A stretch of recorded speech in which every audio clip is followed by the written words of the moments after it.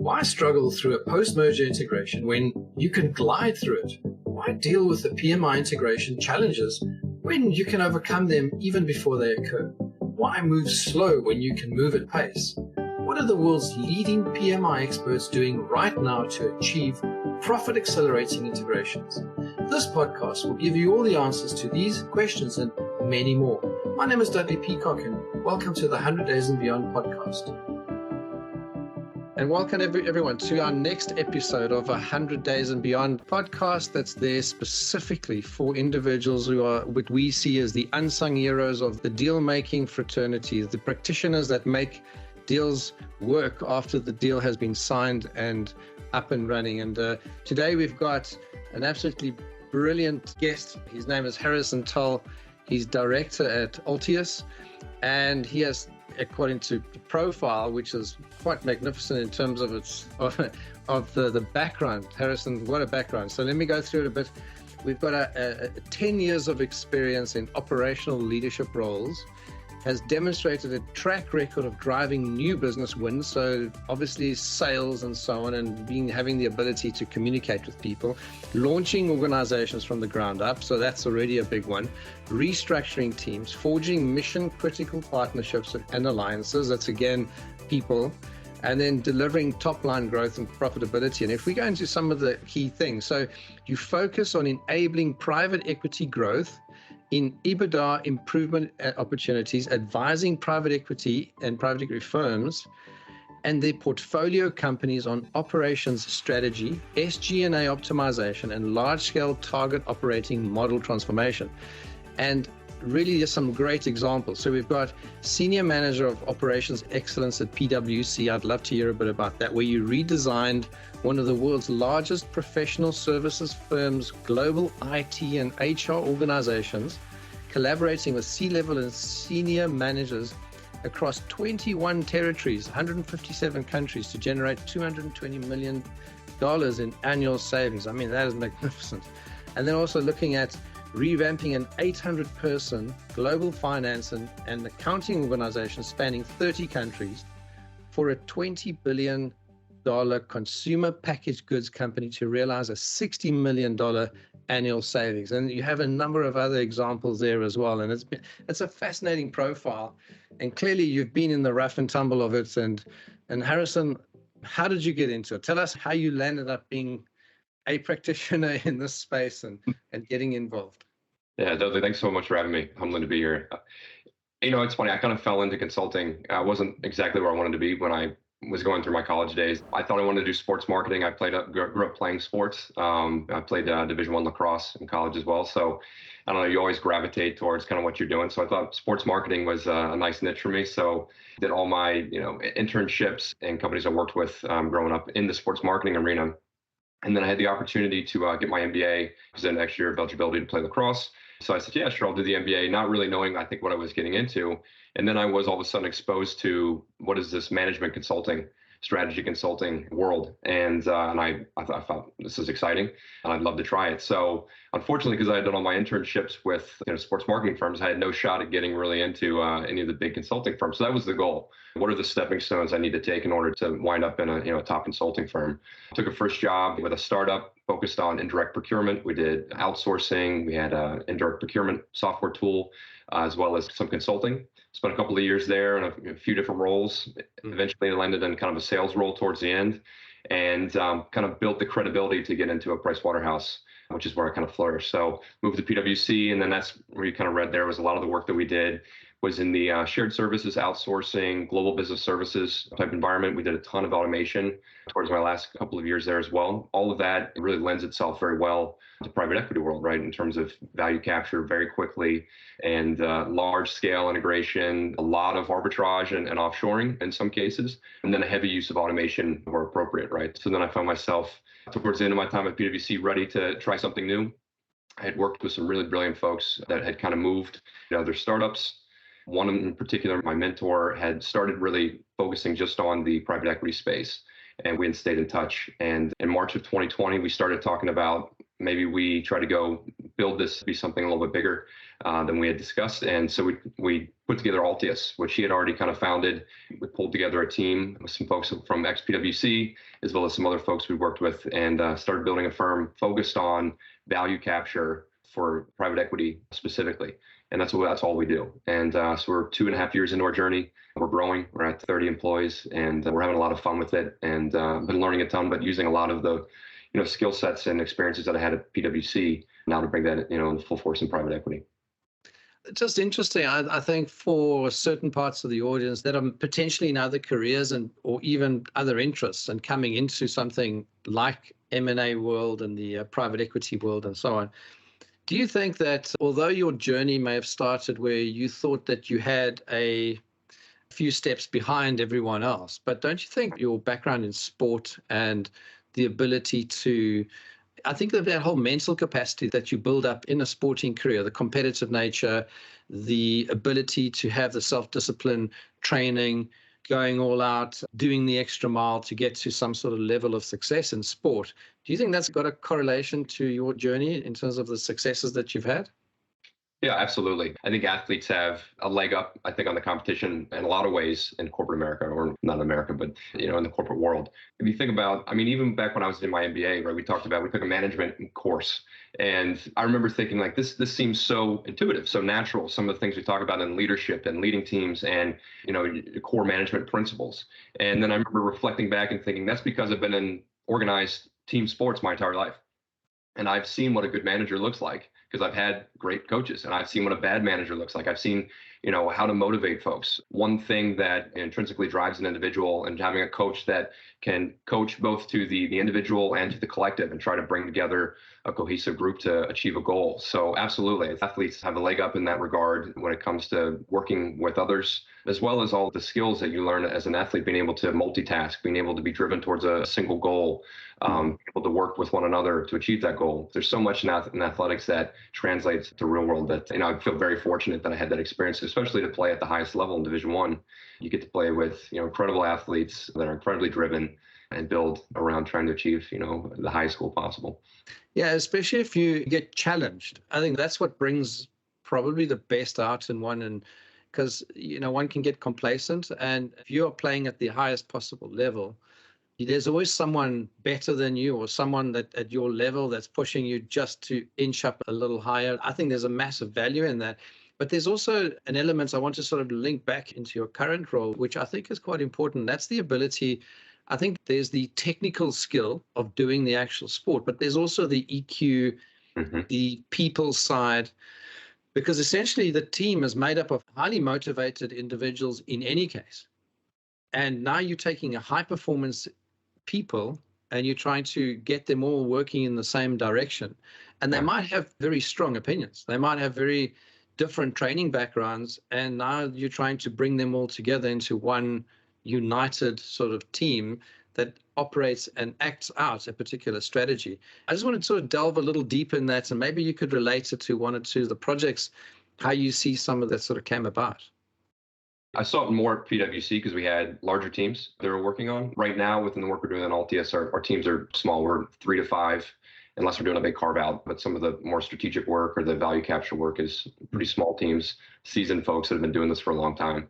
In my PwC days, that's where the ability to try to think about, you've got a range of folks across the team, right? You've got a first-year analyst, you've got, a 15-year director and partner, and then everyone in between. And as a manager or a senior manager, you're sitting there trying to just be the glue and hold it all together, which is one of the more difficult roles you have in consulting, trying to be that delivery senior manager, right? Where you're trying to bring along the new folks and teach them the skills. And it can be a little bit frustrating because you're supposed to rely on them to run the business case or the data collection and have it in the right format. And gosh, it's all the technical things that you need to have, but also trying to develop the folks in terms of how they deal with internal and external stakeholders, how they understand to present in front of clients. When is the right time to present in front of clients? Is always a big one. But I think for us, which was great for me at PwC, is one of my mentors there, always remember that age is just a number. And so would put us in front of the client extremely early in our process and have us own things that I think a lot of teams weren't. And you grow, right? As an athlete, you learn from failure and the same way you do in the corporate world. So I think,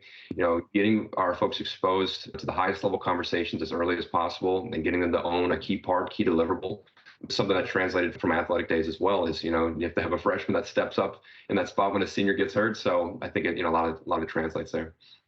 Yeah, and I imagine it's you also build a culture of a certain type in sports teams as well as in business teams, whether they're small or big.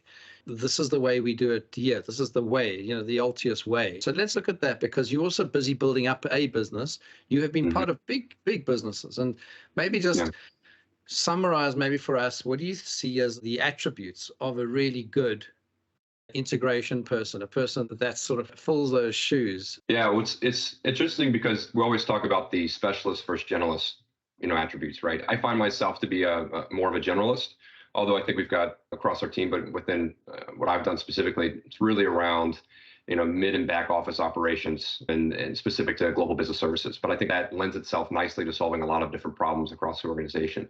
What I found as being a generalist is really helped me, because I think that allows me to move across functions within the organization, across problems, and just to be kind of that problem solver. And I can give plenty of examples of, where we go into a client thinking that we're going to, solve one problem, and then another one pops up, and that's where we go full force on it. So how quickly can you, move on to a new problem? Can you identify other problems or the right priority of problem sets to go after? So I think, that's a big one. And then obviously we're under tight timelines. So I think, folks that deal with pretty intense pressure, the PE guys I find out a little bit different than some of the clients I dealt with when I was at PwC. Timelines are cut in half if you're lucky. And so you're dealing with a lot of complexities. You're dealing with a shortage of data in a lot of ways. You have to be okay with not knowing the full picture, but making the right assumptions and moving forward. That can be pretty stressful. And then, all the technical skills that come with it as well, right? I mean, obviously you're dealing in Excel and other tools quite a bit. And I think, being on a couple of projects, all of a sudden you realize how to get to something much quicker. What are the templates you can use that are going to accelerate this project from using it on a previous one? And then I think the last thing would probably be, like you mentioned, the EQ is huge. I think executive presence, particularly in this arena, is so important. Being able to quickly and confidently, concisely communicate. There's not a lot of time. So, very quickly being able to get to, what is the problem we're solving? What is the value we're capturing? What is the one-time investment or the ongoing? Being able to get that down on a page very quickly, be able to explain what assumptions are going into that and being able to defend it. And then understanding, what feedback you're getting and how the individuals, the stakeholders you're working with are responding. It takes a lot. And then on the other side is just dealing with those everyday day-to-day managers, right? Or directors that are working within the company you're working with. And it can be a very hostile environment. I've come into some very difficult environments because they know kind of the writing's on the wall in some regards, or people know that, they're going to have to cut their team size, to hit a number, or they're going to have to move more to a lower cost center, or they're going to have to automate, or big problems for directors and managers.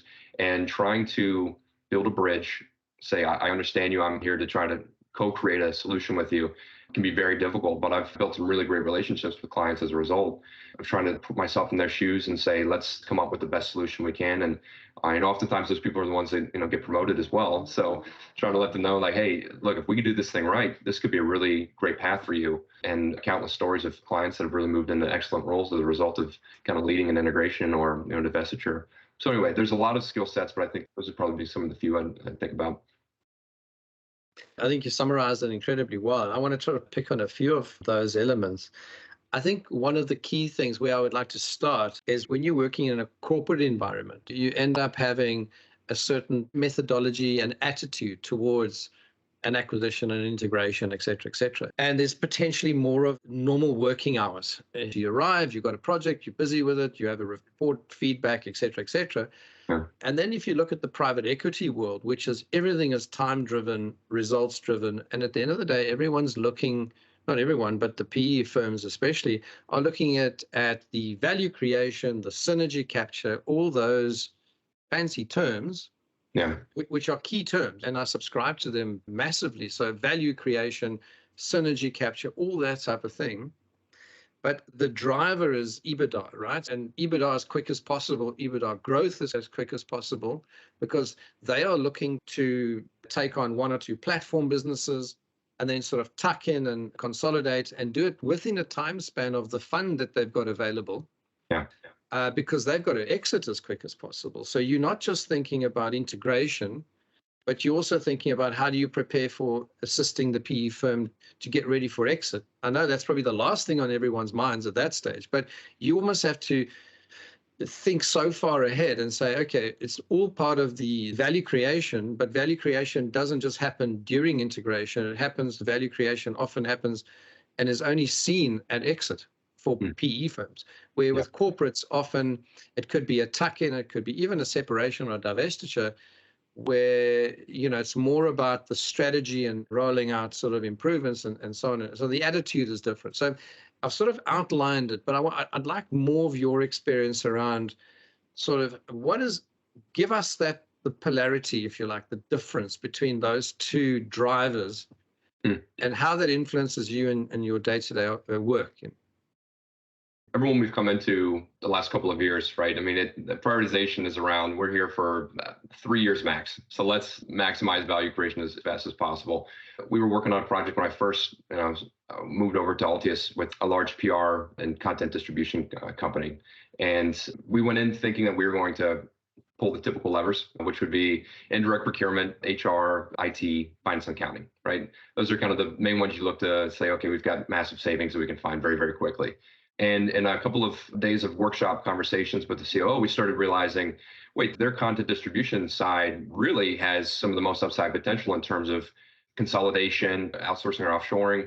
And once we started to realize and dig under the covers, we realized that there were just an amalgamation of multiple companies that they'd acquired over the last 5-6 years. And each country was running their own process, had different products that they were selling, different price points, and all doing it at a different cost, right? And so we realized we could really leverage some lower cost areas. And so we pivoted and we went down and we said, if this is going to be a 3 or 4 year hold for this private equity, the biggest value we can create is around this content distribution side. So we put aside some of the bigger areas that we know we go after usually, or they're bigger typically, but not in this case. And we focused on content distribution, which is a brand new function for us to go after. And we're talking, this is front office, this is the touching customers, this is the actual product that's getting delivered to customers, and trying to understand from there, going through the exercise of what is strategic, what is real intellectual property, what is, ability to put into a more consolidated shared service type environment, what are we comfortable outsourcing if we were to do that? And it led to a massive, $120 million 5-year deal for an outsourcer, a lot of consolidation into kind of 2 areas, India and Portugal. And then once we had that in place, then we went back and we looked at finance and accounting. We looked at indirect procurement. We looked at IT infrastructure and product development and started to put those. But again, those were kind of the secondary priorities after we went through the first. So I think that's one of the big ones, is kind of saying, what's your time horizon?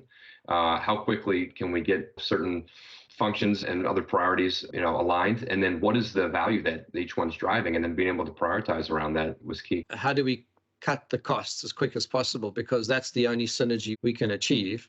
Yeah. But if you look at the business from a strategic point of view and you say, okay, if we have a value creation mindset, what are the business opportunities that were hidden during the deal-making process, the due diligence that happened? Because the guys that are doing that, and whether you're involved in that or not, but most of the time the deal-making team are all about paying the lowest amount of money for the asset, almost apply a recipe in terms of how do we sort of pay the least amount of money, cut the costs the quickest amount of time, bring these assets together, and in that way, exit as soon as possible by having increased EBITDA by doing a few moving pieces on the chessboard. Then you go in as an integrator, and then you realize, but wait a minute, in fact, they were thinking they're going to exit at a certain value, but by just tweaking the levers, and you calling it pivoting, but just by leveraging the things that you realize during the integration process, you're probably creating even far more value than what they even had realized during the deal-making process. And that I find incredibly fascinating. And I think a lot of the audience that are listening that are deal makers and are not necessarily integrators can potentially say, okay, at what point do we bring integrators into our deal-making process to potentially start looking at, maybe there's other opportunity for us that we can go and get the value creation. Maybe our approach shouldn't be a cost cutting, cost cut, jam it together, package it, and move on within that, let's say, the 3-year time horizon. Because often it takes a PE firm, for instance, at least 1 or 2, 3 years to get going once they've raised their money, their fund. And if their fund's a 10-year process, at where they need to exit, they've already consumed 2, 3, 4 years. By the time the acquisition has happened, that means their runway is starting to get shorter and shorter and shorter. And guess who gets that kind of pressure? It's the integration team needs to perform, because it's now become a superficial type of pressure. Just tell us a little bit about that, your experience around that. Yeah, and I think you'd probably want to separate growth and buyout funds, thinking about what the prioritization is going to be around cost cutting versus being ready to acquire more, as you say, on the growth side. But I think getting involved as an integrator as far upstream as possible has, like you mentioned, some of the most value that can be created from it, because you're starting to bring in an outside perspective, and the folks that are actually going to be on the ground doing the work, getting them involved a little bit sooner in the process always works. I think getting involved even before deal close, looking at the original due diligence, the 5-10 day, kind of quick and dirty due diligence, but having the right benchmarking and the right teams that have been in place. And then when you do the confirmatory diligence, obviously having the right integrator, I think, or folks with deep integration expertise that can really build the playbook. My last deal that I worked on was with one of the world's largest IT distribution companies. And we started getting involved pre-close. It was one of the first for me within the work that we've been doing in Altius, getting involved, with them very early on. And you start to realize, what the bankers told us in terms of what the actual value capture looked like and what we're actually seeing on the ground. There's some differences, to put it nicely. And I think what you then have to do is, again, the pivot or move to a new lever or whatever it is, the number is the number, right? We're going to go find that value, whether it's in that function or if it sits outside. And then you start to think about where else can we look? I mean, with that IT distribution company I mentioned, looking at SKU rationalization, I think drove way more value than they had ever dreamed. And, some of the work that we thought we'd do within, their global business services for finance, for example, they're actually a pretty mature organization. And so we were able to not only do, the due diligence, understand where the opportunity was, but also we did, maturity assessments, understood where the capability sits today, what is real in terms of what can be moved out of country, or, how mature our processes within country today. And you start to build a much better picture in terms of where can we actually drive, real savings that we can book towards, the playbook number we put up ahead of time. So the more we can get involved up front, and that's what we keep telling clients is, if we can pull this in for that, even the earliest on due diligence, just to look at operational performance, looking at the right benchmarking, help build out the story and financials, and part of that confirmatory as well. That's huge, because if we're going to be the ones integrating. That's brilliant. So I want to just go into the word you mentioned a number of times in the earlier part, and the importance of mentors in your journey, because you mentioned that a few times. Is that important? What does a mentor do? What's the best value that you get out of a mentor? How did you find the mentors? Just tell us a little bit about that. Mentors are huge. I had 2 really great mentors at PwC, and I was very lucky that we fell into a good friendship, a good working relationship very early on. And one was the original director that had hired me, who's now my business partner. And so we've known each other, I guess, 8 or 9 years now, and been working together very closely. And we worked on almost every project together.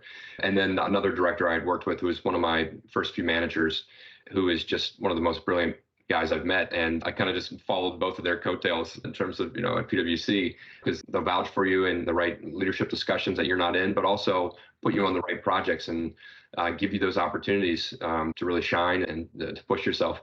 One of my most trying projects I was on at PwC was we were in the Abbott Laboratories and St. Jude Medical integration. Huge acquisition, and I think it was 2016, 2017.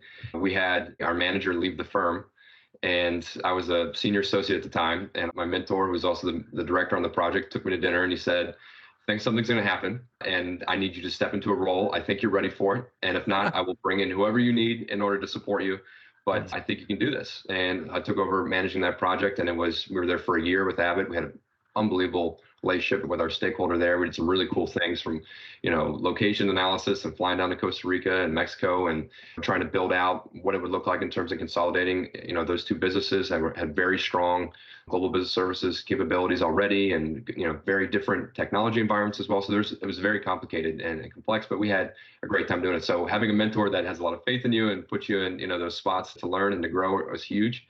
And then I think for myself, outside of just, my immediate folks that I've worked with, for me, I've really spent, especially the last few years, trying to grow out what I call my own board of directors, right? So folks that I've worked with or that I have in my network and try to build out like, who is this person to me? Can they help me advance in my career? Are they in a completely different career? And I can lean on to say, here's what I'm thinking about something.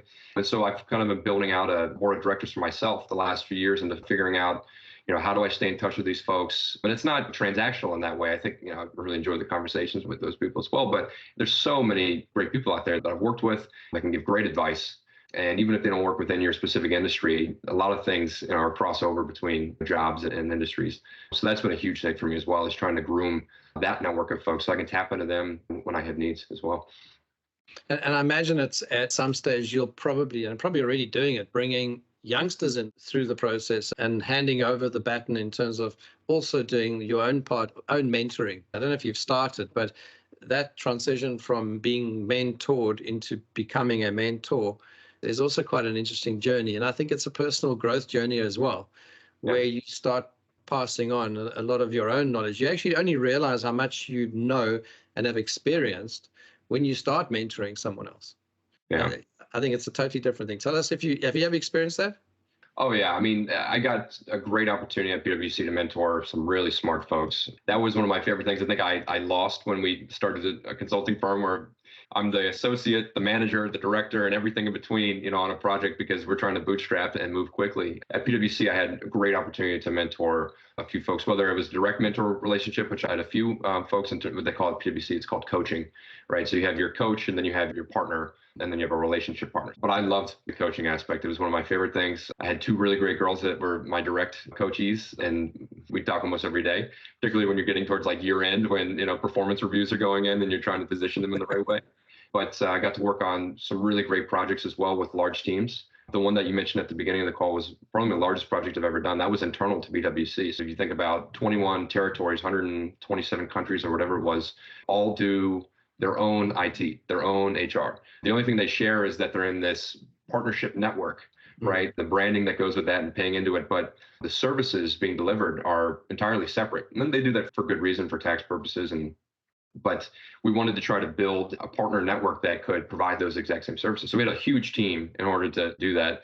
And we had a lot of the young folks on that team as well. So it was really fun, for me getting to coach and, that was really fun for me. So absolutely, I'd like to do it more. I think the last couple of years I've had my head down trying to just grow this business and make sure that we delight customers with what we're doing. But it's tough. It's a tough balance between getting young talent in, but they don't have necessarily the skills or the experience that we need. So first you got to kind of build the experience. Build a technical skill and exactly. So on and so forth. Yeah. Yeah. But we've got a group of interns that we've brought in for this summer, which is great. So I think they're getting up to speed quickly. So yeah.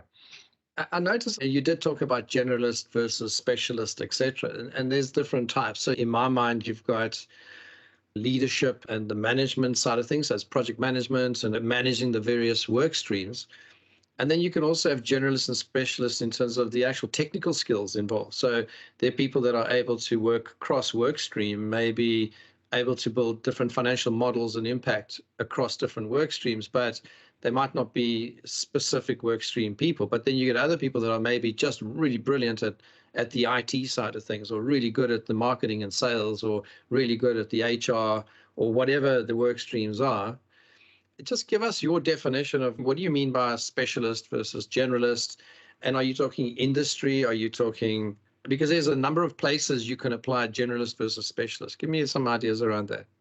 That's a good point. When I think of specialists, I think the deep technical expertise in a given function. I mean, we have IT specialists that I work within our group at Altius that can go to the level 3 of any IT process. They've seen it all, they've done it all, and they can talk the talk. So when I think about specialists, I think about folks that sit within function-specific specialties that have either worked in that capacity or that's all that they've done, cybersecurity, IT infrastructure, product development, or if in the finance side, the folks that can get down to the, not just talking about what your close process looks like, but knowing the individual processes that you're doing, who's involved. They know the right systems landscape as well. So when I think of myself, I consider myself more of a generalist in the sense that I've been lucky. At least what I would consider lucky is I got to be across multiple industries at PwC, and now within the work that we're doing at Altius, I've got to work in multiple functions, usually mid and back office, so heavily within finance and accounting and IT and HR and indirect procurement, obviously, but I get to pull in the right expertise or the right experts to drive that. So that's what I would think about generalist versus specialist. We've got about 15 odd minutes left, and I want to spend a little bit more time talking around some of your personal experiences. Let's call it golden nuggets you want to share, things that you thought were incredibly valuable, maybe values, I don't know, whatever it is that's important to you. Take a few minutes, just sort of share a few ideas around that. And then after that, I want to get into the actual company, Altius, and what you're trying to achieve there. And then we'll get into a bit of personal stuff. So let's start with some examples and some sort of golden nuggets, if you like. Yeah, let's see. I guess we can start with some of the work we've done the last couple of years. I mentioned recently worked with an IT distribution company. That was a massive deal. I think the largest private equity firm it had done in terms of total entity size. We're talking about a $50 billion, IT distribution company, which is pretty large for them. I think a couple of interesting nuggets to take away from there. One would be the difference I've seen in terms of what types of pressure a private equity will put on the management and on expectations based on how that company's doing, right? If they're a growing company like this one was, 20% or 26% year over year revenue growth, they've got 3 years of backlog for IT, they've got customers that are paying, trying to tell them, hey, that you need to cut X for your bottom line has a much different conversation than a company that's really struggling in terms of revenue growth, top line growth, or even the ability to cut costs. So that was one I saw, and I think it was interesting to see the dance between the PE firm and management. It was a much different one that I'd seen in some other deals that I've worked on. That being said, I think we did some really interesting things. And I think a great example of, again, going back to that pivot word that I mentioned earlier, one of the areas that we looked at, I guess we had two major pivots. One was a little bit smaller and the other was quite large. But on the smaller side, we had looked at the order to cash process, particularly around credit operations, collections with that client. And we had thought that there was a large opportunity to move a lot of that work into some of their lower cost areas. They had Sofia, Bulgaria, and Manila, Philippines, and that we could leverage us a lot more. And talking with a lot of the CFOs of those countries, understood that the real issue was around systems. And they really didn't know what they didn't know because they were dealing with this patchwork of homegrown systems that each country was doing differently. And there was no one view on who's doing what. And so very quickly we pivoted to, okay, well, let's put in a collections and credit operations tool with High Radius at the time, which is a great tool. And I think we'll see the value that drives, but trying to move our business case then towards more automation and reducing DSO, which had, in terms of interest rates, had a pretty large working capital improvement as well, which wasn't what we had originally thought, we were going to go after. And then once we've got the tool in place, in a year's time, I think then we'll have the data and we'll be able to say what other work can we move then to a lower cost area, or perhaps they'll just be with better systems, be able to redeploy folks in terms of other value added, roles. So that was the big one I think we learned there was being able to pivot very quickly on, is it a tool or a process or people type problem? The other one there, I think, was they're on this massive digital journey, right? They brought in this high powered, really, really cool chief digital officer, and they're trying to redefine everything about how the customer interacts with their company, how the internal folks interact with one another, and then all of the third parties, right? As a distributor, they're dealing with all these tech companies that they're distributing their products for. So that entire ecosystem of customers and partners and the internal folks, and building this entire digital platform around it is crazy. It's a huge undertaking. What it did was it refocused or reprioritized almost everything that we looked at in terms of value capture. That's in the right place, then the amount of value that you can drive with that, both internally and externally, is massive. Top line growth is huge, but even in terms of the way that people do their work today, if all of a sudden quotes are generated from a system and not manually generate, then what are your quote makers doing, right? So, and that's a very specific example, but extrapolate that everywhere, right? So the digital strategy completely redefined everything we looked at, and trying to pull whole parties onto the same page in order to achieve something with it was very difficult, to say the least. But I think that's just an example of,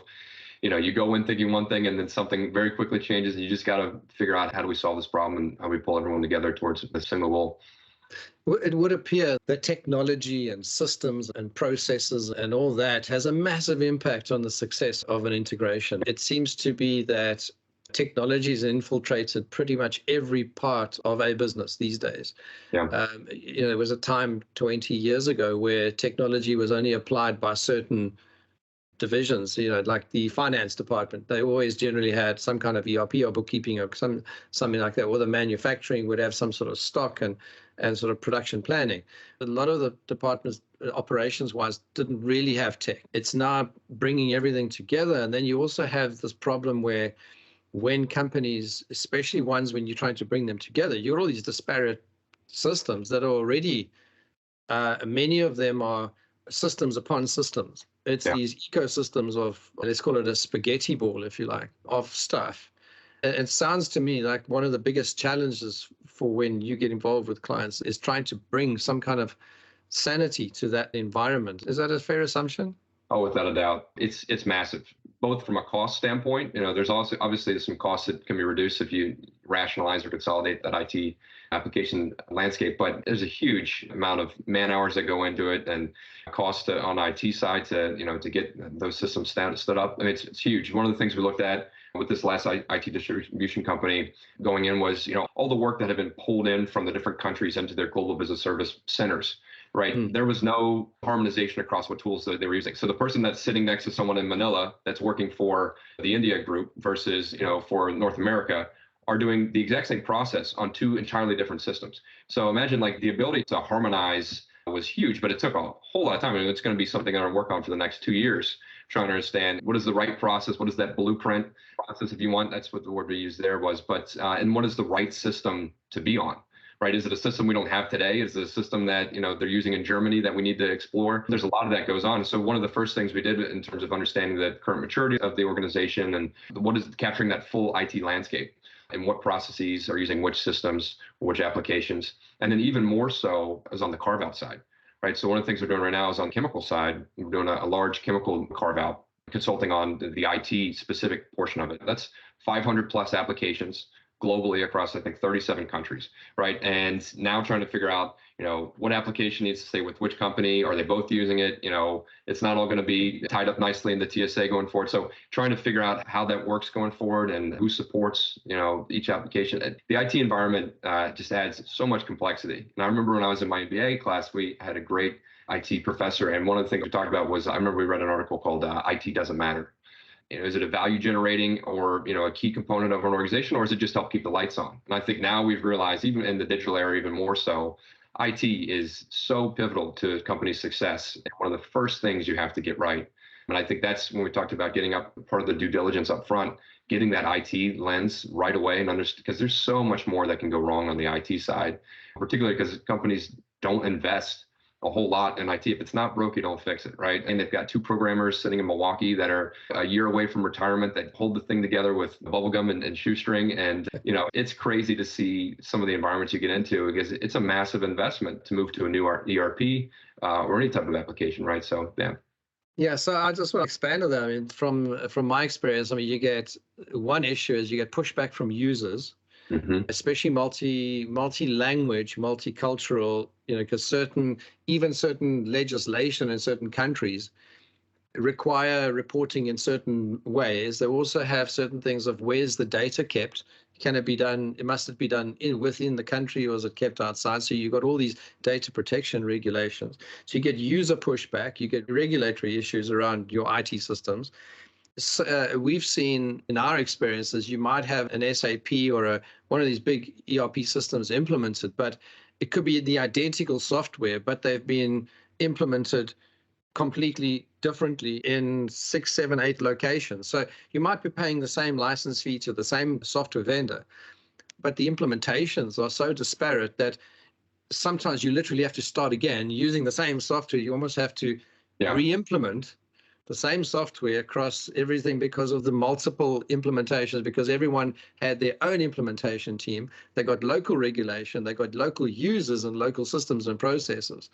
So there's that dimension to it as well. So, tell us a bit about that. I'm sure you've seen some of that. Yeah, it's always a huge problem, right? You see so many different people using the same system differently. That happens quite a bit. But our going in hypothesis is that on the collection side, and the one I mentioned earlier with high radius, and the collection side is that we can move to a blueprint process that everyone can at least get on board. There's going to be some country nuances. There's language dependencies, obviously, and you kind of work towards the end. But the idea is that you want to have, as much as possible, a single process that is being replicated across, in this case, it was 13 countries. And the only way that you get to value quickly and to something implemented in a very tight timeline, right? We started in April this year. We want that thing to go live in October or end of September, really. So we're not dealing with any of the Q4, shutdowns within IT. So trying to get everyone around a single process is entirely impossible, right? I mean, Germany wants to do it different than the US, and they have good reason to do it. And, even getting us all to sign up to one tool was a pretty hard process. That was something they had been working on for 18 months. Everyone knew we needed a new collections tool, but no one wanted to agree to what tool it was. And so trying to get everyone in the room to say, all right, what are the tools we're looking at? Mediator, negotiator, you're a translator, you're a Yeah, I remember. I mean, that's probably one of my biggest success stories, I think, for me individually, because I kind of took that on. I saw this was a problem that needed to be solved, and I said, I'm going to focus on this within this organization. And as I was leaving, some of the stakeholders I worked with, guy who runs the overall O2C process within North America, he said, there's no way we could have gotten this done without you kind of pulling us all together and saying we need to make a decision going forward and trying to just commit. And get it.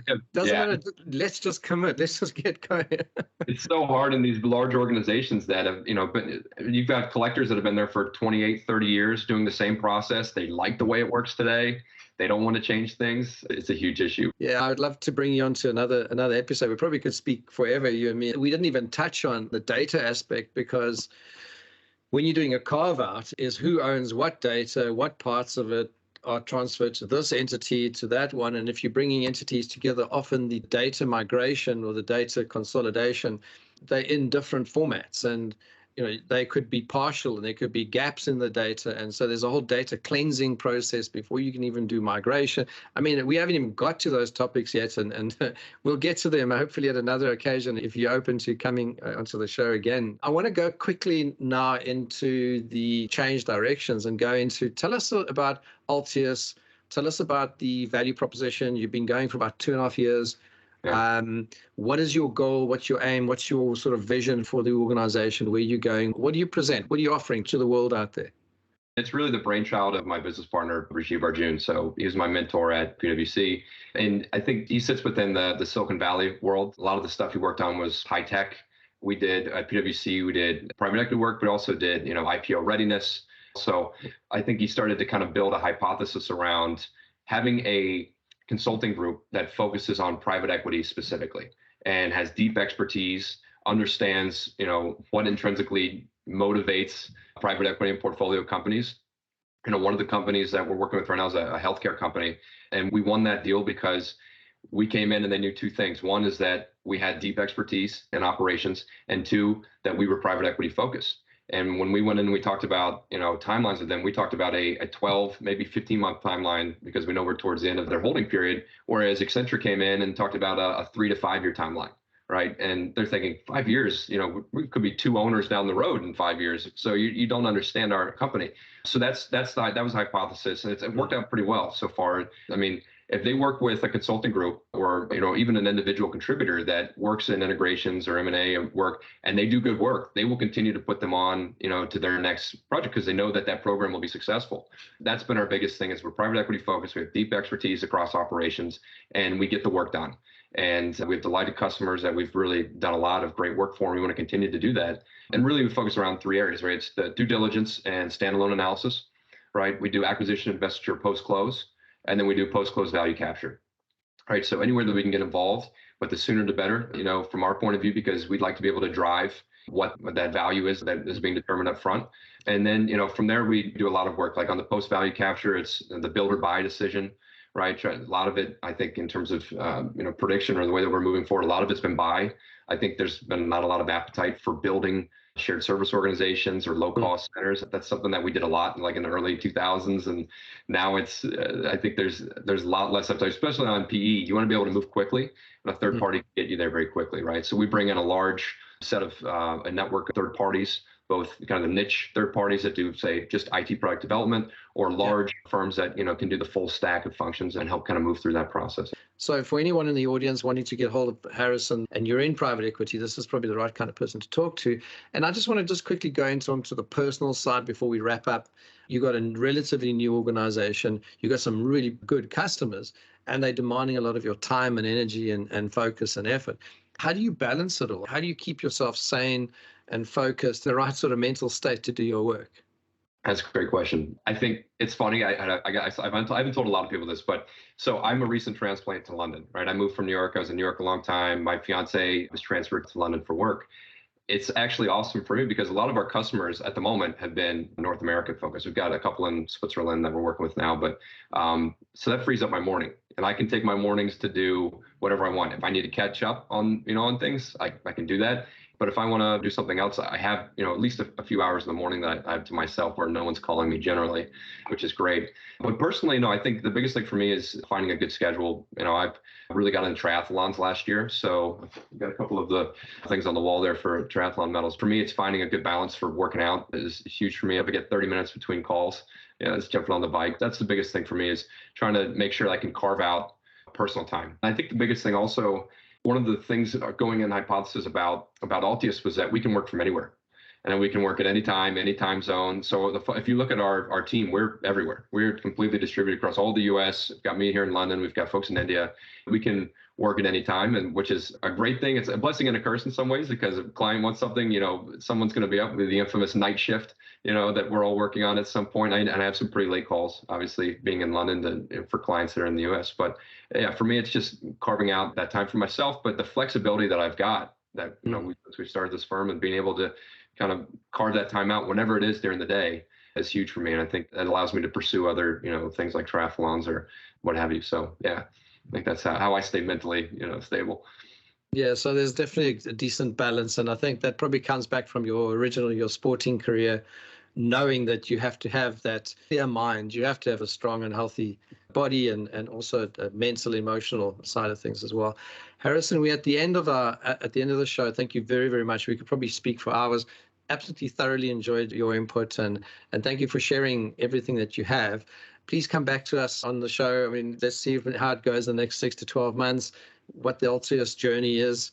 And for anyone listening today, if you'd like to get hold of Harrison Tull, Director of Altius Strategic Consulting, new website up and running earlier this week. Please go onto the website, have a Google, have a look. But you'll probably find Harrison on LinkedIn. Are you okay with anyone reaching out, Harrison? Oh, yeah, I'd love to. Yeah, and check out the website. It's altius.us. You can see the full leadership team we've got there, and we've got some really great case studies as well, some of the work that we've done. But yeah, always happy to carry a conversation with whoever's interested. So hopefully, people found it interesting. But yeah, I'd love to. I'm sure they will, and I'm sure they'll find the episode interesting too. Thank you very much, and all the best to you. Okay, so thank you, everyone. Please join us again on our next episode. We go live at least once or twice a week. New episodes are being generated all the time, and we're bringing absolutely brilliant guests, magnificent careers that they've had, and still on their journeys to become bigger and better as they go. But for me, 100 Days and Beyond stays a platform for those unsung heroes that work in the background and make things happen. And especially for firms like private equity and any firms that do acquisitions or M&A type work, this is the right platform for you to find the right kind of skills and the right kind of information that you might be seeking. Thank you very much for joining us, and Harrison, all the best, and we'll speak to you at some stage in the future. Goodbye, everyone. Hi, everybody. This is Dudley again, and if you need help with a future or existing post-merger integration, I want to invite you to arrange a free, no obligation meeting with us. During the meeting, we'll find out exactly what you need, what your challenges are, and we'll explain how our unique PMI slipstream method can help you. Simply call us or visit mergerintegration.co.uk. That's mergerintegration.co.uk, or come to our website, skillfulpursuit.com.